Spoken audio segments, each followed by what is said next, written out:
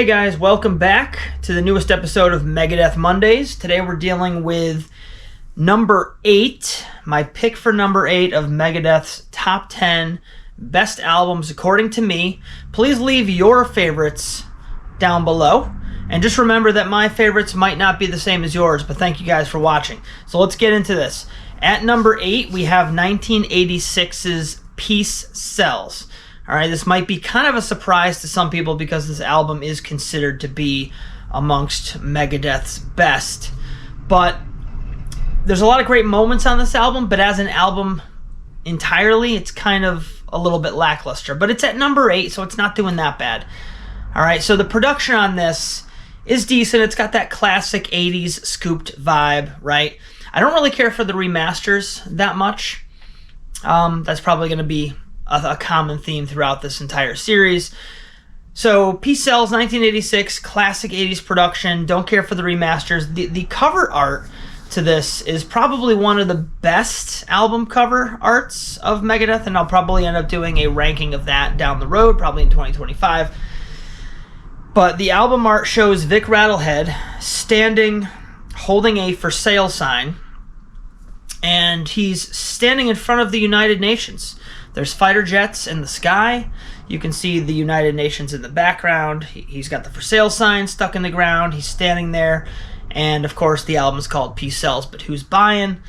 And I think what he's basically saying there is that, you know, we could all just get along and everything could be great, but nobody's buying into that, right? It's all about war and more war and death and destruction, and you guys know the drill. Megadeth loves to write about war, they love to write about politics, and they love to write about religion. And if you really break it down, there's really not much difference between those three things. They all kind of converge at a certain point. So the album art is absolutely phenomenal.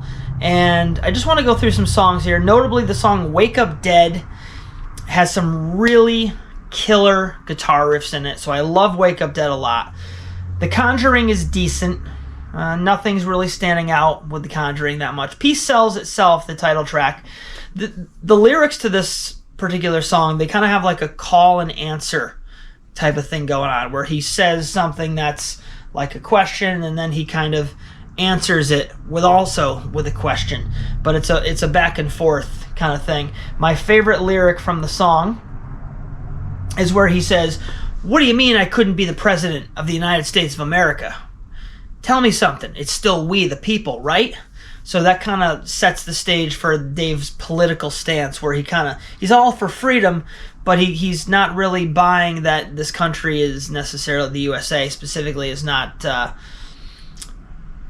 upholding its original values, I guess you could say. And that theme runs through all of Dave's music, as you guys know, and as you guys will see if you don't know. So Peace Sells is a classic song. I also really love the bass part in Peace Sells. The opening bass part, it's just a great song all across the board.